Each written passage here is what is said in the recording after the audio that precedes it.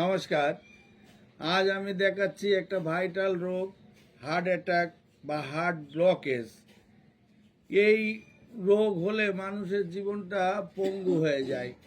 তা আগে এই রোগটা হতো 40 বছরের ঊর্ধ্বে, এখন 20 বছরের বাচ্চাদেরও হয়। তা এটা কেন হয়, যে হার্ট ব্লকেজ বা হার্ট অ্যাটাক কেন হয় মানুষের? আমাদের যে হার্টের সঙ্গে যে ধমনী শিরাগুলো যুক্ত থাকে, সেগুলো কোনো সময় দেখা যাচ্ছে তার ভিতরে রক্ত জালিকা বন্ধ হয়ে যায়, বা কোনো কারণে হচ্ছে বেশি আমাদের ফাস্টফুড বা ওই টাইপের খাওয়ার জন্য বড় বড় মাছ খাই আমরা, মাংস খাই বেশি করে। তা ওই ধমনীর ভিতরে চর্বি জমে যেয়ে ওর ডিপনেস কমে যায়, গেলে বাধাপ্রাপ্ত হয়।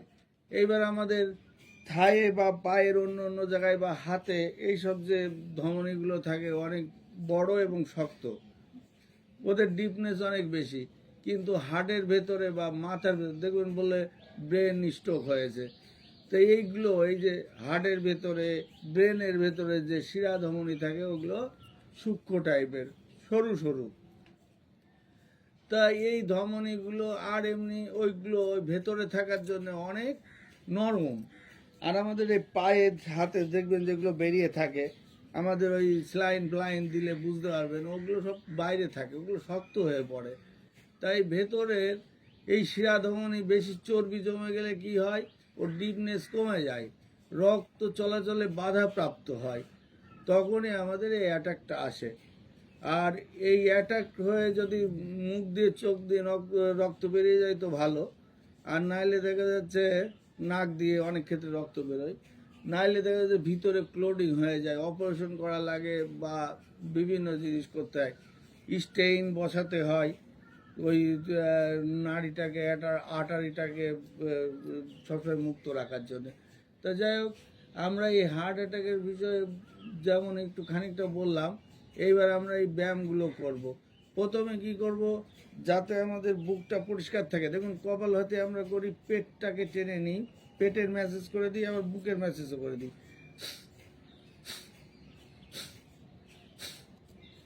বুকটাকে টেনে ধাক্কা দিয়ে শ্বাস বের করে দেবেন।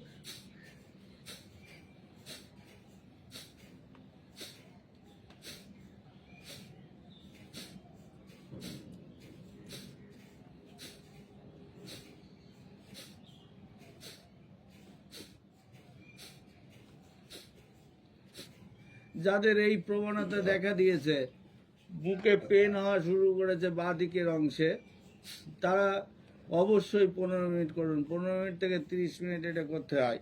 জোরে জোরে ধাক্কা দিয়ে শ্বাস বের করে দিতে হয়। শুধু বুকই না, এটাকে কপাল ভাতি বলে। এ পেটের যাবতীয় রোগ সারাই, পেট বুক ক্লিয়ার রাখে। আর কি করবেন, আর হচ্ছে কিছু ব্যায়াম, যেমন এই দেখেন, এগুলো দাঁড়িয়ে পড়ে করা যায়, বসে পড়ে। আমি দাঁড়িয়ে পড়ে দেখে দিচ্ছি, দেখেন একদম রিল্যাক্সেবল থাকবে বডিটা।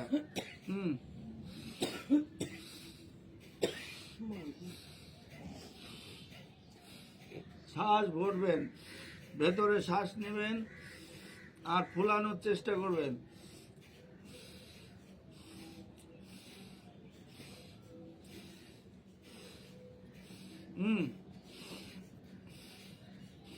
শ্বাস নিতে দিতে ঊর্ধ্ব তারাসন শুধু আপনার এই ভেন বা ধমনীগুলো ঠিক রাখে না, এটা আপনার প্রেশার কমাতে সাহায্য করে। দেখুন,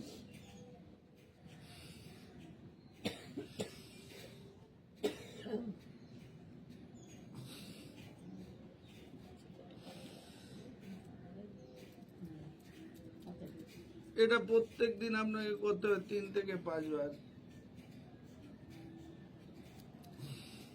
আর রোগ এসে গেলে প্রত্যেক দিন করলে ভালো থাকবে। আর যদি রোগ এসে যায় মিনিমাম 20 বার করতে হয়।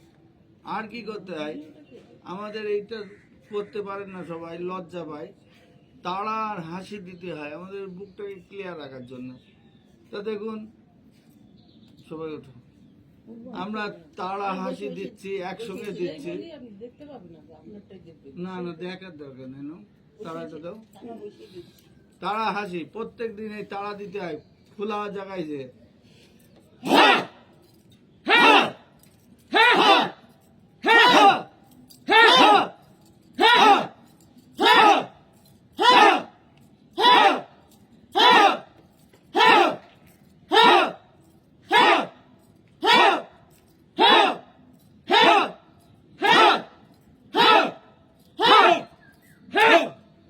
ধাক্কা দিয়ে একদম বুকটাকে পরিষ্কার হয়ে যাবে।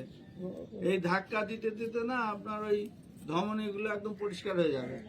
আরেকটা এর সঙ্গে সঙ্গে আমরা হাসি দিই প্রত্যেকদিন। আমার সঙ্গ আছে বলে বুঝতে পারছেন অনেক জোরে। হ্যাঁ, জোরে হাসো।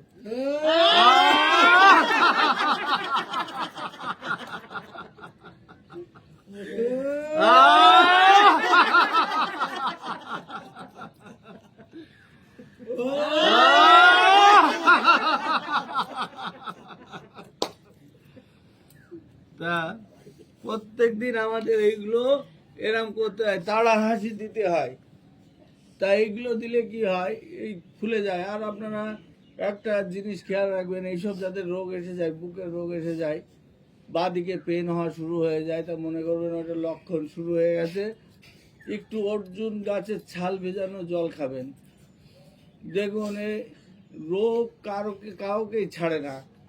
তা যতটা এই যে আমরা প্রত্যেক দিন করি, একটা সঙ্গ করি, যোগব্যায়াম প্রাণায়াম করি ভালো থাকার জন্য, বাট এটা বলা যাবে না যে আমি মরবো না, মরবো, কিন্তু আমার একটু ভালো থাকার প্রচেষ্টা, এতে সব কিছু ভালো থাকে।